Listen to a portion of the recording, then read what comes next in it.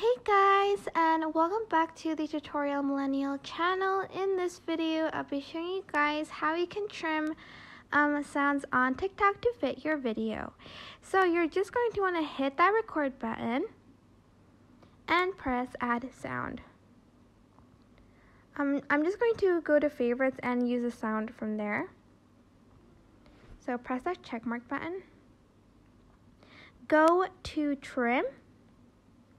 And here you can adjust your sound. For instance, you want the sounds to start from around 1 second. I think I need to use another example. Hold on. I'll just use one that is a bit longer than the sound that I chose. So I'm just going to do that. Don't know why. It's very... Okay, there you go. So I'm just going to press the check mark button.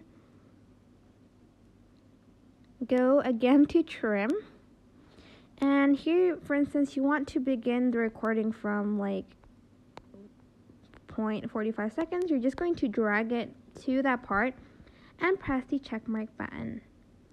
And that is basically it. I hope this tutorial was helpful for you guys. Don't forget to like, comment, share, and also subscribe to this channel if you haven't done that. If you have any questions, just leave it in the comment section down below and I will try my best to answer them all. Thank you so much for watching. Bye!